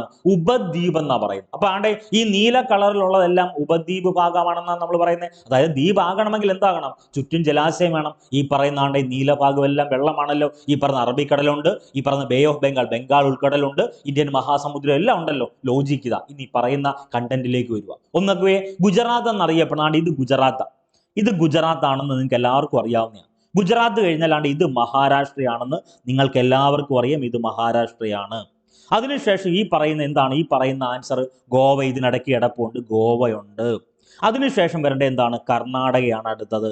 അതിനുശേഷം വരേണ്ട നമ്മുടെ കൊച്ചു സംസ്ഥാനമല്ല, നമ്മുടെ എല്ലാവരുടെയും മലയാളികളുടെ എല്ലാം വളരെ പ്രധാനപ്പെട്ട അല്ലെങ്കിൽ നമ്മുടെയൊക്കെ വികാരമായ കേരള സംസ്ഥാനമാണ്. അപ്പോൾ കേരളത്തിൻ്റെയും കിട്ടി. ഇനി ഓപ്പോസിറ്റ് ഭാഗത്താണ് ഈ ഭാഗം തമിഴ്നാടാണ്. അത് കഴിഞ്ഞാൽ ആന്ധ്രാപ്രദേശാണ്. ആന്ധ്രാപ്രദേശിൻ്റെ ഇത്രയും ഭാഗമുണ്ട്. അതിനുശേഷം ഒഡീഷയാണ്. അതിനുശേഷം വെസ്റ്റ് ബംഗാളാണ്. ഇങ്ങനെ നമ്മൾ പഠിക്കുന്നു ആണല്ലോ. വേറെ ഒന്നും നിങ്ങൾ ആലോചിക്കണ്ട. ഗുജറാത്തിൻ്റെ വടക്ക്, ഗുജറാത്തിൻ്റെ വടക്ക് എന്ന് പറഞ്ഞാൽ ഇവിടെ മുതൽ, ഗുജറാത്തിൻ്റെ വടക്ക് മുതൽ ഗുജറാത്തിൻ്റെ തെക്ക് ഭാഗം, ഇത്രയും ഭാഗത്തെ അറിയപ്പെടുന്ന പേരാണ് ഗുജറാത്ത് തീരം അല്ലെങ്കിൽ കച്ച് തീരം, അതുമല്ലെങ്കിൽ കത്തിയവാർ തീരം. 3 പേരിൽ അറിയപ്പെടുന്നത്. ഒന്നെങ്കിൽ കച്ച് തീരം എന്ന് പറയാം, അല്ലെങ്കിൽ കത്തിയവാർ തീരം എന്ന് പറയാം, അല്ലെങ്കിൽ ഗുജറാത്ത് തീരം എന്ന് പറയാം. വേറെ ഒന്നും നിങ്ങൾ ആലോചിക്കണ്ടെന്നേ. ഇപ്പൊ തിരുവനന്തപുരം ജില്ലയിലുള്ള ഉദ്യോഗാർത്ഥികൾ ഇതിനകത്ത് കാണും, കൊല്ലം ജില്ലയിലെ ഉദ്യോഗാർത്ഥികൾ കാണും, പത്തനംതിട്ട ജില്ലയിലെ ഉദ്യോഗാർത്ഥികൾ കാണും, കേരളത്തിലെ 14 ജില്ലയിലെയും ഉദ്യോഗാർത്ഥികൾ കാണുമെന്നിരിക്കട്ടെ, ഈ ക്ലാസ് കാണുമെന്നിരിക്കട്ടെ. കേട്ടായിരുന്നെങ്കിൽ 1 ലക്ഷത്തിൽ കൂടുതൽ ബി പോയേനെ. ഇപ്പൊ അത് കാണാത്തത് കൊണ്ട് തന്നെ 1 ലക്ഷം ഒന്നുമില്ല. അപ്പൊ അതെങ്കിൽ ഏതെങ്കിലുമൊക്കെ ഉദ്യോഗാർത്ഥികൾ, പ്രിയപ്പെട്ട ഉദ്യോഗാർത്ഥികൾ കാണുന്നുണ്ടല്ലോ. അപ്പൊ കാണുന്ന സമയത്ത് അവർക്ക് ഈ പറയുന്ന ഓരോ ജില്ലയ്ക്കും ഒരു കടൽ തീരം ഉണ്ടെങ്കിൽ ആ കടൽ തീരത്തിന് അറിയപ്പെടുന്ന പേര് എങ്ങനെയായിരിക്കും? അത് ആ ജില്ലയുടെ പേരിലായിരിക്കും. ഇപ്പൊ തിരുവനന്തപുരം ജില്ലയുടെ തീരത്തെ അറിയപ്പെടുന്ന പേര് തിരുവനന്തപുരം ജില്ലാ തീരം. ഇനി അതേപോലെ കേരളത്തിന് ഒരു തീരം ഉണ്ടെങ്കിൽ കേരളത്തിന്റെ തീരത്തെ അറിയപ്പെടുന്ന പേര് എന്തുവാ? കേരള തീരം എന്ന. പക്ഷേ കേരളത്തിന്റെ തീരവും കർണാടകത്തിന്റെ തീരവും വന്നാൽ ഒരിക്കലും കർണാടക തീരം എന്ന് പറയാൻ പറ്റത്തില്ല. അപ്പൊ എന്ത് ചെയ്യും? നമ്മൾ കേരളക്കാർ വിഷയം ഉണ്ടാക്കുമെന്നിരിക്കട്ടെ. നേരെ തിരിച്ച് കേരള തീരം എന്ന് പറയാൻ പറ്റത്തില്ല, കർണാടകക്കാർ പ്രശ്നം ഉണ്ടാവുമെന്നിരിക്കട്ടെ. എങ്കിൽ കോമൺ ആയി ഒരു ലോജിക്ക് പേരം കൊടുക്കുക. അങ്ങനെങ്കിലും അങ്ങ് പഠിച്ചു വെക്ക്. അങ്ങനെയൊന്നും അല്ല പഠിക്കേണ്ടത്, എങ്കിലും ലോജിക്കായിട്ട് പറഞ്ഞു തരുക. അപ്പൊ ഗുജറാത്തിന്റെ തുടക്കം മുതൽ ഗുജറാത്തിന്റെ ഒടുക്കം വരെ, ഗുജറാത്തിന്റെ വടക്ക് മുതൽ ഗുജറാത്തിന്റെ തെക്ക് ഭാഗം വരെയുള്ള പ്രദേശത്തെ അറിയപ്പെടുന്ന പേര് ഒന്നെങ്കിൽ ഗുജറാത്ത് തീരം, അല്ലെങ്കിൽ കച്ച് തീരം, അതുമല്ലെങ്കിൽ കത്തിയവാർ തീരം. ഇത്രയും കാര്യങ്ങളൊക്കെ ആണല്ലോ. ഇനി നോക്കിയേ, മഹാരാഷ്ട്ര. ഇത് മഹാരാഷ്ട്രയാണല്ലോ. മഹാരാഷ്ട്രയുടെ ഈ ഭാഗം മുതൽ കർണാടകയുടെ 1/2, കർണാടകയുടെ ഇത്രയും ഭാഗത്തെ അറിയപ്പെടുന്ന പേരാണ് കൊങ്കൺ തീരം. അപ്പൊ നമുക്ക് വേണ്ടത് കൊങ്കൺ തീരം എന്ന് പറഞ്ഞാൽ മഹാരാഷ്ട്ര തീരവും, നോട്ടൊന്നും എഴുതിയേ ചെയ്യരുത്, ഞാൻ അതിന്റെ ടെക്നിക്ക് ഉൾപ്പെടെ ഇപ്പൊ പറഞ്ഞുതരാം. മഹാരാഷ്ട്ര തീരവും ഗോവ തീരവും കർണാടകത്തിന്റെ പകുതി. ഇനി ബാക്കിയുള്ളത് ഏതാ? കർണാടകത്തിന്റെ ബാക്കി പകുതി ഉണ്ടല്ലോ. കർണാടകയുടെ പകുതിയും കേരള തീരവും കൂടിച്ചേരുന്നതിനെ അറിയപ്പെടുന്ന പേരാണെന്ത്? മലബാർ തീരം. കേരള തീരവും കർണാടകയുടെ പകുതിയും കൂടിച്ചേരുന്നതാണ് മലബാർ തീരം. അപ്പം മലബാർ തീരം കിട്ടി, കൊങ്കൺ തീരം കിട്ടി, ഈ പറയുന്ന ഗുജറാത്ത് തീരം കിട്ടി. ഈ 3 തീരമാണ് പഠിക്കേണ്ടത്. PSC മത്സര പരീക്ഷയ്ക്ക് ഈ 3 തീരമാണ് നിങ്ങൾ പഠിക്കേണ്ടത്. SCRT-യിലും കൊടുത്തേക്കുന്നത് അങ്ങനെ തന്നെയാണ്. പക്ഷേ NCRT-യിലേക്ക് പോകുമ്പോഴാണ് ഈ കച്ച് തീരമെന്നും കത്തിയവാർ തീരമെന്നൊക്കെ കൊടുത്തേക്കുന്നത്. എന്നിരുന്നാലും ഒന്ന് വായിച്ചു വെക്കുന്നതിൽ തെറ്റില്ലല്ലോ. ഇനി അടുത്ത ഭാഗത്തേക്ക് പോയി. ഇപ്പൊ പടിഞ്ഞാറായി. ഇപ്പൊ ഇവിടെ നോക്കിയാണ്ട് ഈ ഭാഗമാണല്ലോ കന്യാകുമാരി പ്രദേശം കിട്ടി. ഇനി ഇതേ മോഡൽ ഓപ്പോസിറ്റ് അങ്ങ് പഠിച്ചാൽ മതി. തമിഴ്നാട് തീരമുണ്ട്, ആന്ധ്രാപ്രദേശിന് തീരമുണ്ട്, ഈ പറഞ്ഞ ഒഡീഷയ്ക്ക് തീരമുണ്ട്, അതിനുശേഷം വെസ്റ്റ് ബംഗാളിന് തീരമുണ്ട്. തമിഴ്നാടിന്റെ തീരവും ആന്ധ്രാപ്രദേശിന്റെ പകുതിയും ചേരുന്ന ഭാഗത്തെ അറിയപ്പെടുന്ന പേരാണ് കോറമാൻഡൽ തീരം. Very very important. ഇന്നേ കാലം വരെ നടത്തിയ ഏത് പരീക്ഷ നിങ്ങളെടുത്തോ ആ പരീക്ഷ എല്ലാം ചോദിച്ചേക്കുന്ന വസ്തുത ഇതാ. കോറമാൻഡൽ തീരം ഇന്ത്യയുടെ ഏത് ഭാഗത്താണ്? ഇന്ത്യയുടെ ഏത് ഭാഗത്താണ്? വളരെ ഇമ്പോർട്ടൻ്റ് ആണ്. ഇന്ത്യയുടെ കിഴക്കൻ ഭാഗത്താണ്. അത് തമിഴ്നാടിന്റെ കിഴക്കൻ ഭാഗമാണ്. നമ്മൾ ലോജിക്കായിട്ട് ഓർത്തു വെക്കണം. അടുത്തത് ആന്ധ്രാപ്രദേശിന്റെ പകുതി, അതായത് ആന്ധ്രാപ്രദേശിന്റെ വടക്ക് മുതൽ വെസ്റ്റ് ബംഗാളിന്റെ വടക്ക് വരെയുള്ള പ്രദേശത്തിന്റെ പേരാണ് എന്ത്? വടക്കൻ സർക്കാർസ് അല്ലെങ്കിൽ നോർത്തേൺ സർക്കാർസ്. അവിടെ ഒരു ചോദ്യം ചോദിക്കും. ഈ പറയുന്ന കോറമാൻഡൽ തീരവും വടക്കൻ സർക്കാർസും കൂടിച്ചേരുന്ന സ്ഥലമാണ് ഞാൻ ഈ റൗണ്ട് ചെയ്യുന്ന ഈ പോയിന്റ് ഉണ്ടല്ലോ. ഈ പോയിന്റിനെ അറിയപ്പെടുന്ന പേരാണ് ഫാൾസ് ഡെവി പോയിന്റ്. മറക്കല്ലേ, False Divi Point. Very very important. Degree പരീക്ഷയ്ക്കൊക്കെ ഈ ഒരു ചോദ്യം, ഈ ഒരു ഏരിയ നിങ്ങൾ പഠിക്കണം. ഫാൾസ് ഡെവി പോയിന്റ് വേറെ ഒന്നുമില്ല, വടക്കൻ സർക്കാർസും ഈ പറഞ്ഞ കോറമാൻഡൽ തീരവും കൂടിച്ചേരുന്ന സ്ഥലം അത് ഫാൾസ് ഡെവി പോയിന്റ്. അതിനുശേഷം ഉള്ളത് ഏതാണ്? ഒഡീഷ തീരം. അതായത് ഒഡീഷ തീരം എന്ന് പറഞ്ഞാൽ ഒഡീഷ സംസ്ഥാനത്തിന്റെ തീരം, കലിംഗം തീരമെന്നും ഉത്കൽ തീരം എന്നൊക്കെ അറിയപ്പെടുന്നു. ഇത്തരം കാര്യങ്ങളൊക്കെ ആണല്ലോ. ഇത്രയും കാര്യങ്ങളാണ് പരീക്ഷയ്ക്ക് ചോദിക്കുന്നത്. ഇനി ഇത് തിയറിറ്റിക്കൽ അല്ലെങ്കിൽ ഒരു സ്റ്റേറ്റ്മെന്റ് ലെവൽ പഠിച്ചാൽ നിങ്ങൾ എങ്ങനെ പഠിക്കും? വേറെ ഒന്നുമില്ല. ഗുജറാത്തിലെ റാൻ ഓഫ് കച്ച് മുതൽ ഇവിടെ മുതൽ ഗുജറാത്തിലെ റാൻ ഓഫ് കച്ച് മുതൽ കന്യാകുമാരി വരെയാണ് എന്ത് വ്യാപിച്ചു കിടക്കുന്നത്? ഈ പറഞ്ഞ പടിഞ്ഞാറൻ തീരം, അതുമല്ലെങ്കിൽ പശ്ചിമ തീരം വ്യാപിച്ചു കിടക്കുന്നത്. അപ്പൊ നേരെ ഓപ്പോസിറ്റ് പൂർവ്വതീരം വ്യാപിച്ചു കിടക്കുന്ന എങ്ങനെയാ? പൂർവ്വതീരം വ്യാപിച്ചു കിടക്കുന്നത് ഈ പറഞ്ഞ സുന്ദർബൻ ഡെൽറ്റയിലെ വെസ്റ്റ് ബംഗാളിലെ സുന്ദർബൻ ഡെൽറ്റ മുതൽ കന്യാകുമാരി വരെ. അപ്പൊ ആ ടോപ്പിക്ക് തീർന്നു. ഇങ്ങനെയാണ് പഠിക്കേണ്ടത്. ഈ ടോപ്പിക്ക് പഠിച്ചാൽ ഇനിയൊരു മെറിറ്റ് കൂടിയുണ്ട്. പശ്ചിമഘട്ടവും പൂർവ്വഘട്ടവും എന്നറിയപ്പെടുന്ന ഏരിയ ഈസി ആയിട്ട് നമ്മുടെ മനസ്സിലേക്ക് കിട്ടും. ഈ ടോപ്പിക്ക് ഇതേ രീതിയിൽ പഠിച്ചാൽ മറ്റൊരു ബെനിഫിറ്റ് കൂടിയുണ്ട്. എന്താണെന്നറിയോ? മറ്റൊരു ബെനിഫിറ്റ് എന്ന് പറഞ്ഞാൽ ഇതേ മോഡൽ തുറമുഖങ്ങൾ പരീക്ഷയ്ക്ക് ചോദിക്കും. ഇപ്പൊ ഗുജറാത്ത് എന്നറിയപ്പെടുന്ന സംസ്ഥാനത്ത് ഒരു തുറമുഖമുണ്ട്. ആ തുറമുഖത്തിന്റെ പേര് കാണ്ഡ്ല തുറമുഖം എന്ന്. മഹാരാഷ്ട്രയിൽ 2 പ്രധാനപ്പെട്ട മേജർ തുറമുഖങ്ങളുണ്ട്. ഒന്ന് ഈ പറഞ്ഞ മുംബൈ തുറമുഖമുണ്ട്, മറ്റൊന്ന് നവാഷേവ ജവഹർലാൽ നെഹ്റു തുറമുഖമുണ്ട്. പിന്നെ ഗോവയിലേക്ക് വന്നാൽ മർമഗോവ തുറമുഖമുണ്ട്. കർണാടകയിലേക്ക് വന്നാൽ ന്യൂ മാംഗ്ലൂർ തുറമുഖമുണ്ട്. കേരളത്തിലേക്ക് വന്നാൽ 2 പ്രധാനപ്പെട്ട തുറമുഖങ്ങളുണ്ടെന്ന് ഒരിക്കലും പറയാൻ പറ്റത്തില്ല. കാരണം ഈ പറഞ്ഞ വിഴിഞ്ഞം തുറമുഖത്തിന്റെ ഉദ്ഘാടനം കഴിഞ്ഞു. അത് എന്ത് ചെയ്തിട്ടില്ല? മേജർ പോർട്ടായിട്ട് ഡിക്ലെയർ ചെയ്തിട്ടില്ല. പ്രവർത്തനം നടന്നുകൊണ്ടിരിക്കുകയാണ്. അതിന്റെ നിർമ്മാണ പ്രവർത്തനം ഇപ്പോഴും നടന്നുകൊണ്ടിരിക്കുകയാണ്. അപ്പൊ അതിന്റെ ഫൈനൽ സ്റ്റേജ് ആക്കുമ്പോൾ മാറ്റി പഠിക്കണം. ഇപ്പോൾ നമുക്ക് കേരളത്തിലെ പ്രധാനപ്പെട്ട മേജർ പോർട്ട് എന്ന് പറഞ്ഞാൽ എന്ത് തന്നെയാണ്? കൊച്ചി തുറമുഖമാണ്. ദെൻ വിഴിഞ്ഞം വരുന്ന സമയത്ത് നിങ്ങൾ അപ്ഡേറ്റ് ചെയ്ത് പഠിച്ചോ, നോ പ്രോബ്ലം. അതിനുശേഷം തമിഴ്നാട്ടിലേക്ക് പോയാൽ 3 മേജർ തുറമുഖങ്ങളാണ് തമിഴ്നാട്ടിലുള്ളത്. എണ്ണൂർ തുറമുഖമുണ്ട്, കാമരാജർ തുറമുഖമുണ്ട്, പിന്നെ ചെന്നൈ തുറമുഖമുണ്ട്. അങ്ങനെ 3 പിന്നീട് വരുമ്പോൾ സമയത്ത് ആന്ധ്രാപ്രദേശിലുണ്ട് ഒരു തുറമുഖമുണ്ട് പ്രധാനമായിട്ടും. പിന്നെ ഒഡീഷയിൽ തുറമുഖമുണ്ട്. പ്രധാനപ്പെട്ട വെസ്റ്റ് ബംഗാളിൽ തുറമുഖമുണ്ട്. അങ്ങനെയാണ് പോകുന്നത്. പിന്നെ ഒരു തുറമുഖം കൂടിയുണ്ട്, നിങ്ങൾക്ക് എല്ലാവർക്കും അറിയാവുന്ന ഒരു തുറമുഖമാണ്. അത് ആൻഡമാൻ നിക്കോബാർ ദ്വീപ സമൂഹത്തിലെ പോർട്ട് ബ്ലെയർ തുറമുഖമാണ്. ഇന്ത്യയിലെ 13ാമത്തെ മേജർ പോർട്ടാണ്. അത് നിലവിൽ വന്ന വർഷം ഡേറ്റ് സഹിതം നമ്മൾ ഡിസ്കസ് ചെയ്യും. അതും നിങ്ങൾക്ക് ഗുണം കിട്ടും. അപ്പൊ ഇങ്ങനെ ഈ ഒരു ഏരിയ, ഈ പറയുന്ന ഇന്ത്യയുടെ ഭൂപടം ഉൾപ്പെടെ ഞാൻ ഡിസ്കസ് ചെയ്ത് പോയ ഒരു ഏരിയ കിട്ടിയാൽ നിങ്ങൾക്ക് ഇതിലെ വെസ്റ്റേൺ ഘട്ട് അല്ലെങ്കിൽ പശ്ചിമഘട്ടം പൂർവ്വഘട്ടം കിട്ടും. ഈ പറഞ്ഞ തീര സമതലം അല്ലെങ്കിൽ ഈ പറയുന്ന പശ്ചിമ തീര സമതലം പൂർവ്വതീര സമതലം കിട്ടും. തുറമുഖങ്ങളും കിട്ടും. ഇനി അടുത്ത ടോപ്പിക്ക് ഒന്ന് നോട്ട് ചെയ്തോ? ഒന്നുമില്ല. പശ്ചിമഘട്ടത്തെയും പൂർവ്വഘട്ടത്തെയും നമ്മൾ ഡിസ്കസ് ചെയ്യാൻ വേണ്ടി പോവാം. പശ്ചിമഘട്ടവും പൂർവ്വഘട്ടവും, അതായത് ഗുജറാത്തിലെ റാൻ ഓഫ് കച്ച് മുതൽ തമിഴ്നാട്ടിലെ നീലഗിരി, ഈ പോയിന്റ് ഇല്ലയോ, തമിഴ്നാട്ടിലെ നീലഗിരി വരെ വ്യാപിച്ചു കിടക്കുന്ന പ്രദേശത്തിന്റെ അല്ലെങ്കിൽ മലനിരയുടെ പേരാണ് ഈ പറയുന്ന പശ്ചിമഘട്ടം. പശ്ചിമഘട്ടമാണ്. ഈ പശ്ചിമഘട്ടം ഇങ്ങനെ കിടക്കുവാണെന്നിരിക്കട്ടെന്നേ. ഗുജറാത്തിലെ റാൻ ഓഫ് കച്ച് മുതൽ തമിഴ്നാട്ടിലെ നീലഗിരി വരെ വ്യാപിച്ചു കിടക്കുന്ന മലനിര അറിയപ്പെടുന്ന പേരാണ് പശ്ചിമഘട്ടം. അപ്പൊ പശ്ചിമഘട്ടം എത്ര സംസ്ഥാനങ്ങളിൽ കൂടി കടന്നു പോകുന്നു? എണ്ണി പറഞ്ഞുതരാം. ഗുജറാത്ത്, ദെൻ അതിനുശേഷം മഹാരാഷ്ട്ര, അതിനുശേഷം ഗോവ, അതിനുശേഷം കർണാടക, അതിനുശേഷം കേരളം, ദെൻ തമിഴ്നാട്. പറഞ്ഞു മനസ്സിലായോ? ക്ലിയർ ആണ്. അടുത്ത പൂർവ്വഘട്ടത്തിലേക്ക് പോവാം. നമ്മൾ ഒരു ക്ലാസ്സിൽ എടുത്ത സമയത്ത് തെലുങ്കാന ഞാൻ വിട്ട് ആഡ് ചെയ്തിരുന്നില്ല. അതുകൊണ്ട് തെലുങ്കാന കൂടി ആഡ് ചെയ്ത് പറയുവാണ്. ഈ പറഞ്ഞ തീരത്തിൽ ആരില്ല, തീരം എന്ന് എടുക്കുന്ന സമയത്ത് തെലുങ്കാനയില്ല. പക്ഷേ പൂർവ്വഘട്ടം എടുക്കുമ്പോൾ ആരും വരണം. പൂർവ്വഘട്ടം എടുക്കുന്ന സമയത്ത് തെലുങ്കാന കൂടി ആഡ് ചെയ്യണം. അതായത് തമിഴ്നാടുണ്ട്, ആന്ധ്രാപ്രദേശ് ഉണ്ട്, തെലുങ്കാനയുണ്ട്. പിന്നീട് നമുക്ക് വേണ്ടത് എന്താണ്? തെലുങ്കാന, ആന്ധ്രാപ്രദേശ്, പിന്നെ ഈ പറഞ്ഞ ഒഡീഷ, വെസ്റ്റ് ബംഗാൾ. വെസ്റ്റ് ബംഗാളിലെ സുന്ദർബൻ ഡെൽറ്റ മുതൽ തമിഴ്നാട്ടിലെ നീലഗിരി വരെ വ്യാപിച്ചു കിടക്കുന്ന മലനിരയുടെ പേരാണ് പൂർവ്വഘട്ടം. അപ്പോൾ ഒരു ചോദ്യം ചോദിക്കും, നമ്മളെ കുഴപ്പിച്ച് കളയും. പരീക്ഷയിൽ കയറുമ്പോൾ എങ്ങനെയും നമ്മൾ എന്ത് ചെയ്യും? ഓരോ നെഗറ്റീവ് എഴുതും. ആ നെഗറ്റീവ് എഴുതാതിരിക്കാൻ വേണ്ടിയാ ഈ 20 ദിവസമായിട്ട് കണ്ടിന്യൂസ് ആയിട്ട് ക്ലാസ്. ഒന്ന് ആലോചിച്ച് നോക്കണം. എനിക്ക് തോന്നുന്നില്ല ഒരു പ്ലാറ്റ്ഫോം ഇങ്ങനെ 20 ദിവസത്തെ ചലഞ്ചായിട്ട് നിങ്ങൾക്ക് തന്നിട്ടില്ല എന്നാണ് എൻ്റെ ഒരു വിശ്വാസം.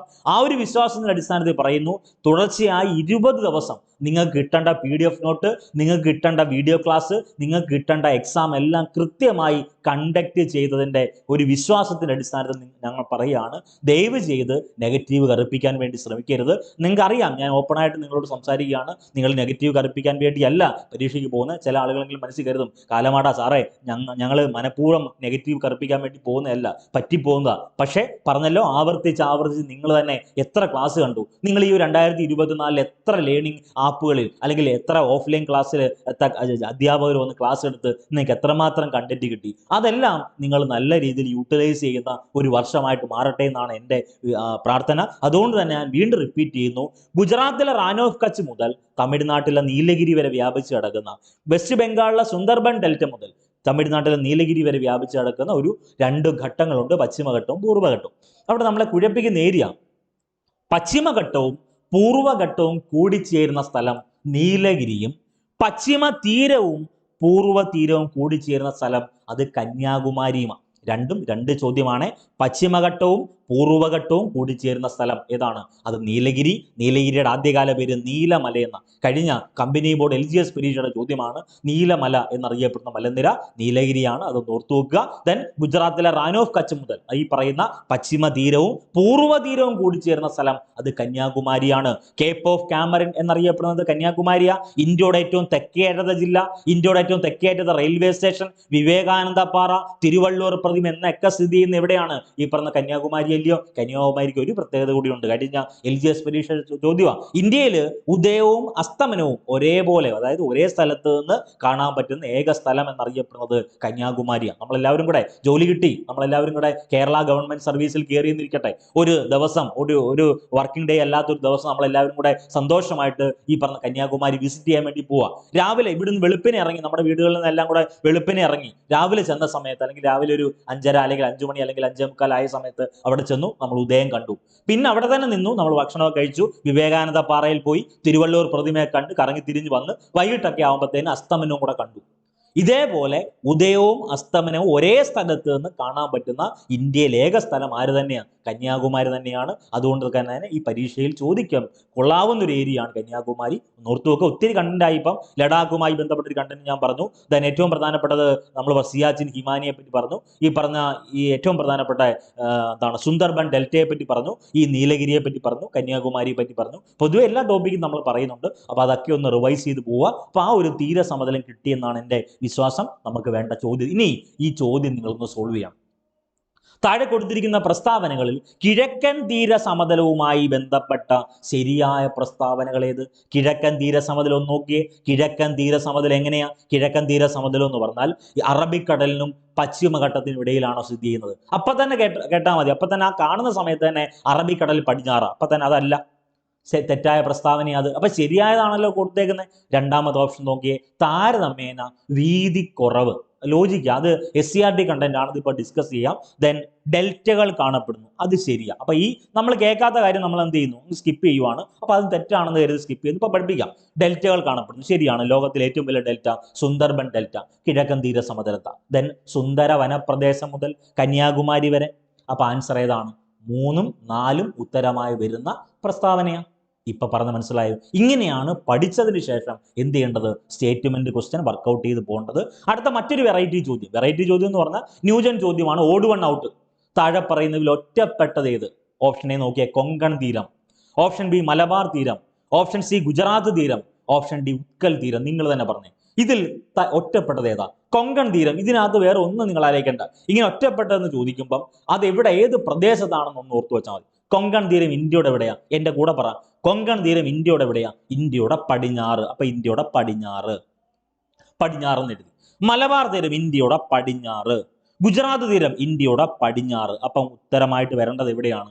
ഉത്കൽ തീരം. ഇതാണ് ഓഡ് വൺ ഔട്ട്. താഴെ പറയുന്നതിൽ ഒറ്റപ്പെട്ടത് ഏത്? ഉത്കൽ തീരമാണ്. ഉത്കൽ തീരം അല്ലെങ്കിൽ കലിംഗൻ തീരം, അതുമല്ലെങ്കിൽ ഒഡീഷ തീരം. ഇതല്ലേ ലോജിക്ക്? ഇങ്ങനെയാണ് നമ്മളുടെ ടോപ്പിക്ക് പഠിച്ചതിന് ശേഷം എന്ത് ചെയ്യേണ്ടത്? ക്വസ്റ്റ്യൻ വർക്കൗട്ട് ചെയ്യണം. ഇനി നമുക്ക് പറഞ്ഞല്ലോ, ഇനി നമ്മൾ ടോപ്പിക്ക് പഠിച്ചിട്ട് ഇപ്പോൾ ഫസ്റ്റ് പ്രിലിംസ് ഉള്ളവർ ഇതിനകത്ത് കാണും. അവർ പറയും, സാറേ ഞങ്ങൾ ഇത്രയും ദിവസം ടോപ്പിക്ക് പഠിച്ചിട്ട് പെട്ടെന്നൊരു സുപ്രഭാതത്തിൽ ഈ ക്വസ്റ്റ്യൻ ഒക്കെ വർക്കൗട്ട് ചെയ്യാൻ പറ്റുമെന്നേ. ധൈര്യമായിട്ട് അറ്റൻഡ് ചെയ്യും.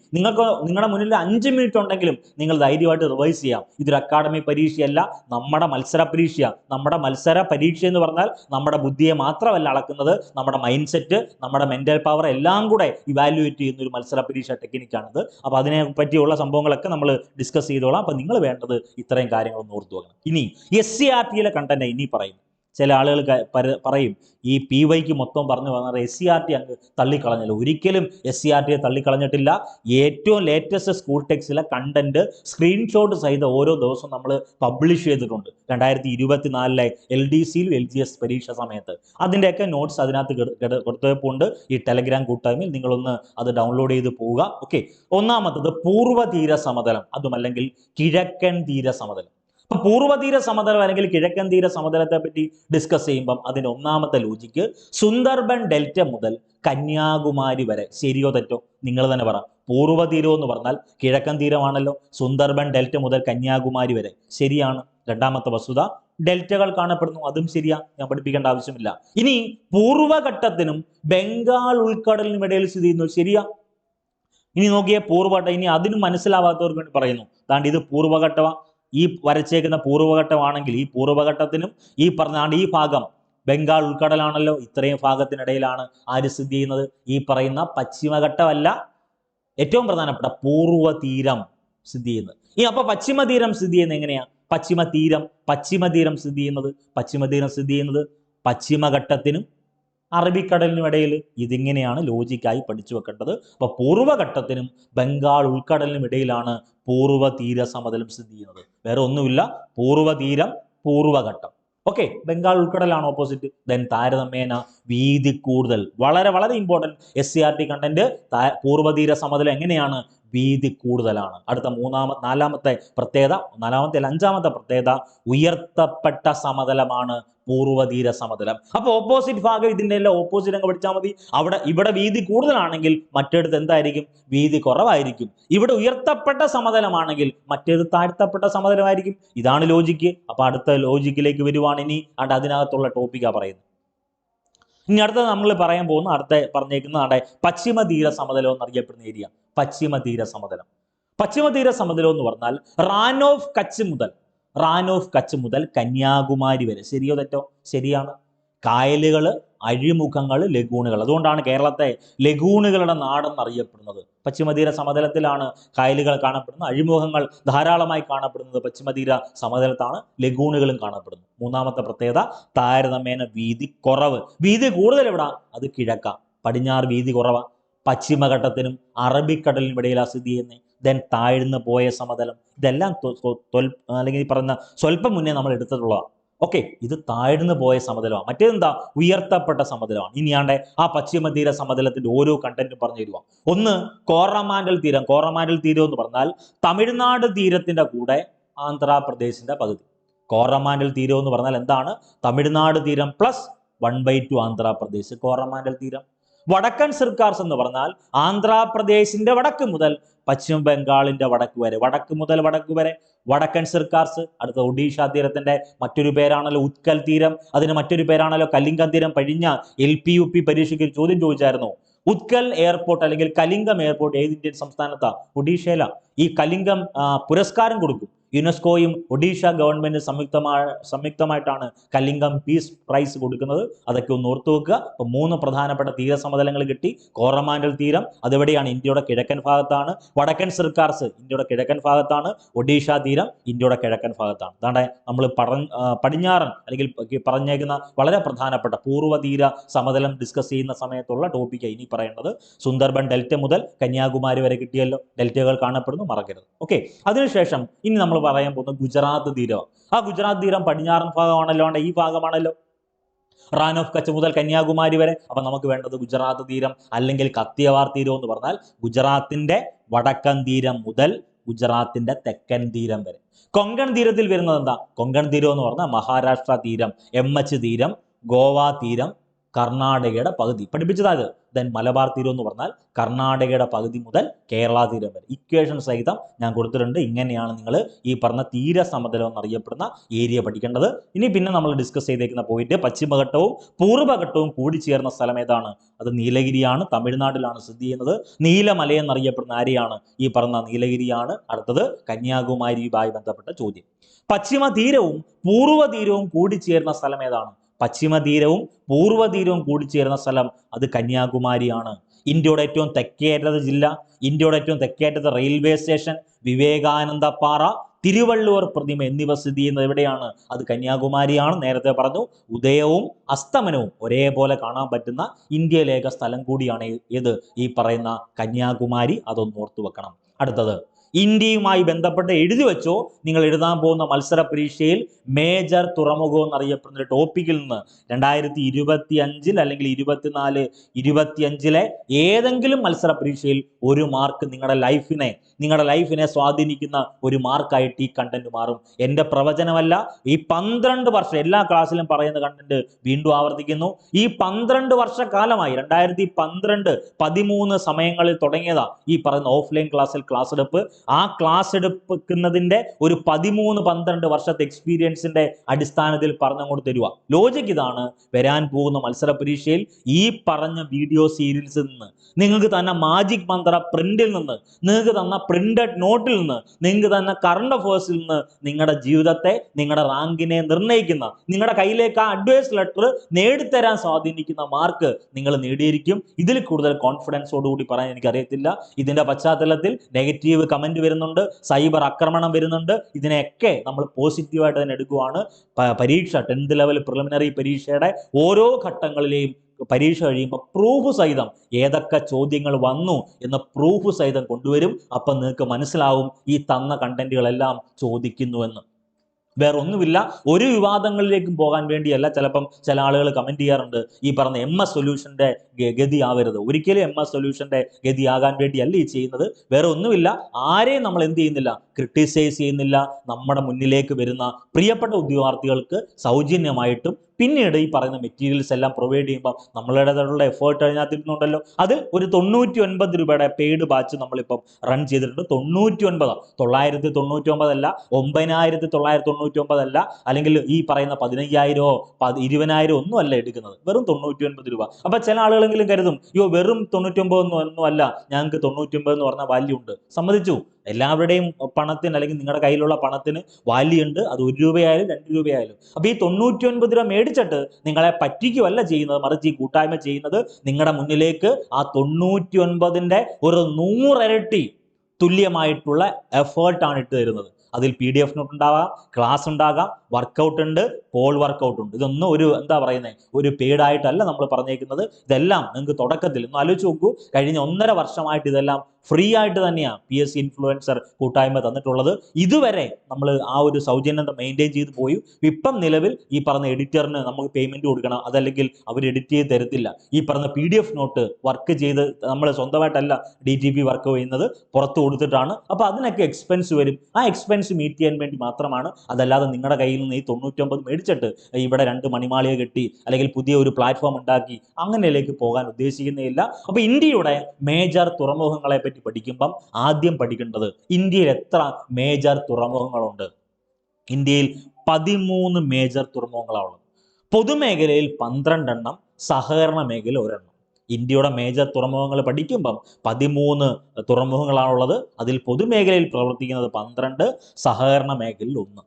അപ്പൊ ഇന്ത്യയിലെ 13ാമത് തുറമുഖം എന്ന് പറഞ്ഞാൽ ആൻഡമാൻ നിക്കോബാർ ദ്വീപ സമൂഹത്തിലെ പോർട്ട് ബ്ലെയർ തുറമുഖം.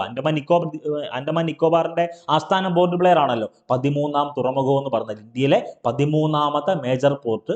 അതെന്താണ് പോർട്ട് ബ്ലെയർ? 2010 ജൂൺ 1 ഈ പറയുന്ന പോർട്ട് ബ്ലെയർ തുറമുഖം ഒഫീഷ്യലായിട്ട് ലോഞ്ച് ആവുന്നത്. അതായത് എന്തായിട്ട് മേജർ തുറമുഖമായിട്ട് പ്രഖ്യാപിക്കുന്നത് 2010 ജൂൺ 1. അത് മറക്കരുത്. അപ്പം ഈ പറയുന്ന തുറമുഖങ്ങൾ എന്നറിയപ്പെടുന്ന ഏരിയ പഠിക്കേണ്ടത്, പരീക്ഷയ്ക്ക് ഒറ്റപ്പെട്ടത് ഏതെന്ന് ചോദിക്കും, അല്ലെങ്കിൽ പടിഞ്ഞാറൻ തീരത്ത് സ്ഥിതി ചെയ്യുന്ന തുറമുഖത്തിൽ പെടാത്ത ഏതെന്ന് ചോദിക്കും, അല്ലെങ്കിൽ നേരെ ഓപ്പോസിറ്റ് കിഴക്കൻ ഈ പറയുന്ന കിഴക്കൻ തീരത്ത് ഉൾപ്പെടാത്ത തുറമുഖം ചോദിക്കുമ്പോൾ നമുക്ക് വേണ്ട എന്താ, ഈ പറഞ്ഞ പടിഞ്ഞാറൻ തീരത്ത് ഏതൊക്കെ തുറമുഖമുണ്ട്, കിഴക്കൻ തീരത്ത് ഏതൊക്കെ തുറമുഖമുണ്ടെന്ന് പഠിച്ചേ പറ്റും. ഇതാണ് നമുക്ക് വേണ്ട പ്രധാനപ്പെട്ട ടോപ്പിക്. ഒന്ന് ആലോചിച്ച് നോക്കൂ. ഇന്നത്തെ ഈ തുച്ഛമായ ഏകദേശം 1 മണിക്കൂർ കണ്ടന്റിനകത്ത് തന്നെ ഞാൻ എത്രത്തോളം ടോപ്പിക് കവർ ചെയ്തു പോയി. ഇത് തന്നെയാണ് നമ്മൾ എല്ലാ ക്ലാസ്സിലും ചെയ്യുന്നത്, ഇത് തന്നെയാണ് വർക്കൗട്ട് ബാച്ചിലും നിങ്ങൾക്ക് തരുന്നത്. അപ്പോൾ അതൊന്ന് ഓർത്തു വെക്കുക. ഒന്നാമത്തെ ലോജിക്കിലേക്ക് വരുന്നു, പശ്ചിമ തീര തുറമുഖങ്ങൾ. പശ്ചിമ തീര തുറമുഖം എന്ന് പറഞ്ഞാൽ എന്താണ്? പടിഞ്ഞാറൻ തീര തുറമുഖം ഒന്നാമത്തത്. നമുക്ക് ആ മനസ്സിൽ ആ V പോലെ വരച്ച ഒരു ഓർമ്മയുണ്ടല്ലോ. അപ്പോൾ ഒന്നാമതാണ്ട് ഇവിടെ ഗുജറാത്ത്, ഏറ്റവും ടോപ്പിൽ നമ്മൾ വരച്ചത് ഗുജറാത്ത്. ഗുജറാത്തിൽ ഒരു പ്രധാനപ്പെട്ട മേജർ തുറമുഖമുണ്ട്. അതിൻ്റെ പേര് ദീൻ ദയാൽ തുറമുഖം എന്ന്. കാണ്ഡ്ല തുറമുഖം എന്നായിരുന്നു ആദ്യകാല പേര്. ഇന്ത്യ വിഭജനത്തിന്റെ സന്തതി എന്നറിയപ്പെട്ട തുറമുഖമാണ് ഗുജറാത്തിലെ കാണ്ഡ്ല തുറമുഖം. ഇപ്പോഴത്തെ പേര് ദീൻ ദയാൽ തുറമുഖം എന്നാണ്. അപ്പൊ അതൊന്ന് പഠിക്കണം. ദീൻ ദയാൽ തുറമുഖം എന്ന് പറഞ്ഞാൽ കാണ്ഡ്ല തുറമുഖം ഏത് സംസ്ഥാനത്ത്? ഗുജറാത്ത്. ക്ലിയർ ആണ്? ഇതിഹാസങ്ങളുടെ നാട് ഉൾപ്പെടെയുള്ള കണ്ടന്റുകൾ ഒന്ന് റിവൈസ് ചെയ്താൽ നല്ലതായിരിക്കും.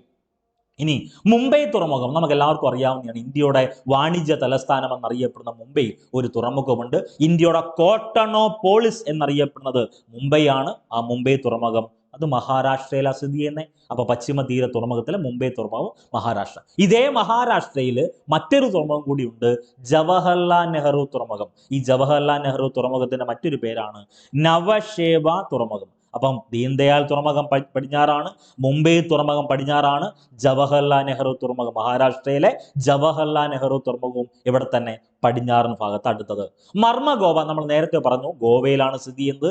ഇന്ത്യയിൽ ഏറ്റവും കൂടുതൽ ഇരുമ്പയിര് കയറ്റുമതി ചെയ്യുന്ന തുറമുഖം ഏതാണ്? അത് മർമ്മഗോവയാണ്. അടുത്തത് ന്യൂ മാംഗ്ലൂർ, കർണാടക സംസ്ഥാനത്ത്. മംഗലാപുരം തുറമുഖം എന്നറിയപ്പെടുന്നത് ന്യൂ മാംഗ്ലൂർ തുറമുഖമാണ്, കർണാടകയിൽ സ്ഥിതി ചെയ്യുന്നു മംഗലാപുരം തുറമുഖം. അടുത്തത് കൊച്ചി തുറമുഖം. കൊച്ചി തുറമുഖം സ്ഥിതി ചെയ്യുന്ന എവിടെയാ? കേരളത്തിൽ. അപ്പൊ ഇത്രയും കണ്ടന്റ് ഒന്ന് ആലോചിച്ച് നോക്കിയേ. 1, 2, 3, 4, 5, 6 6 തുറമുഖങ്ങളെ പറ്റി നമ്മൾ ഡീറ്റെയിൽ ആയിട്ട് പറഞ്ഞു. ഡീറ്റെയിൽ ആയിട്ടല്ല, അതിന്റെ ഇപ്പോഴത്തെ പേര് നമ്മൾ പറഞ്ഞു, ഇത് ഏത് സംസ്ഥാനത്താണെന്ന് പറഞ്ഞു. ഇത് ഓർത്തു വെക്കണം, ഉറപ്പായും പരീക്ഷയ്ക്ക് ചോദിക്കും. തുറമുഖങ്ങളുമായി ബന്ധപ്പെട്ട ഒരു ഏരിയ. അടുത്തത് പൂർവ്വതീര തുറമുഖങ്ങളുണ്ട്. പൂർവ്വതീരം എന്ന് പറഞ്ഞാൽ എന്താണ്? കിഴക്കൻ തീര തുറമുഖം. ഒന്നാമതായിട്ട് നമ്മൾ നേരത്തെ പറഞ്ഞു തമിഴ്നാട്ടിൽ തന്നെ 3 തുറമുഖം ഉണ്ടെന്നാണ് പറഞ്ഞത്. 3 മേജർ പോർട്ടാണ്. ഒന്ന് വി.ഒ. ചിദംബരനാർ തുറമുഖം, നമുക്ക് എല്ലാവർക്കും അറിയാവുന്നതാണ്. വി.ഒ. ചിദംബരം പിള്ളൈ സ്വദേശി പ്രസ്ഥാനവുമായി ബന്ധപ്പെട്ട് സ്വദേശി സ്റ്റീം നാവിഗേഷൻ കമ്പനി സ്ഥാപിക്കുന്നു.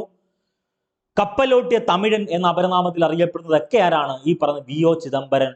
ചിദംബരം പിള്ളയാണ്. അതുകൊണ്ട് ഈ പറയുന്ന തമിഴ്നാട് സംസ്ഥാനത്തെ തൂത്തുക്കുടി തുറമുഖത്തിന്റെ മറ്റൊരു പേരാണ് വി.ഒ.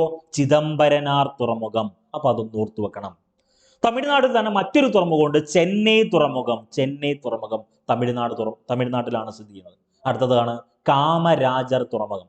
കാമരാജർ എന്നറിയപ്പെടുന്ന, കിങ് കാമരാജ് എന്നറിയപ്പെടുന്ന ഒരു വ്യക്തിയുണ്ട്. തമിഴ്നാട് മുഖ്യമന്ത്രിയായിരുന്നു അദ്ദേഹം. അദ്ദേഹത്തിന്റെ പ്രധാനപ്പെട്ട പ്രത്യേകത കിങ് മേക്കർ എന്നറിയപ്പെടുന്ന തമിഴ്നാട് മുഖ്യമന്ത്രിയാണ് കാമരാജർ. ഇന്ത്യയിൽ ആദ്യമായി ഉച്ചഭക്ഷണ പദ്ധതി എന്ന ആശയം തമിഴ്നാട് സംസ്ഥാനത്ത് നടപ്പിലാക്കിയത് ഈ പറഞ്ഞ കാമരാജർ എന്നറിയപ്പെടുന്ന വ്യക്തിയാണ്. അതുകൂടി ഒന്ന് ഓർത്തു വെക്കുക. അപ്പൊ കാമരാജർ തുറമുഖത്തിന്റെ മറ്റൊരു പേര് എണ്ണൂർ തുറമുഖം എന്നാണ്. അത് തമിഴ്നാട് സംസ്ഥാനത്ത് സ്ഥിതി ചെയ്യുന്നത്. അപ്പൊ തമിഴ്നാട്ട് ഇപ്പൊ എത്ര ഈ പറയുന്ന മേജർ തുറമുഖങ്ങളായി? 3 എണ്ണമായി. വി.ഒ. ചിദംബരനാർ അല്ലെങ്കിൽ തൂത്തുക്കുടി തമിഴ്നാട് സ്ഥിതി ചെയ്യുന്നു. ചെന്നൈ തമിഴ്നാട്ടിലാണ് സ്ഥിതി ചെയ്യുന്നത്, തമിഴ്നാട് തുറമുഖമാണ്. ദെൻ കാമരാജർ അല്ലെങ്കിൽ എണ്ണൂർ പോർട്ട് എവിടെ സ്ഥിതി ചെയ്യുന്നത്? തമിഴ്നാട്ടിലാണ്. അപ്പൊ ആ 3 അടുത്തത് വിശാഖപട്ടണം, നമുക്ക് എല്ലാവർക്കും അറിയാവുന്നതാണ്. വിശാഖപട്ടണം തുറമുഖത്ത് സ്ഥിതി ചെയ്യുന്നത് അത് ആന്ധ്രാപ്രദേശിലാണ്.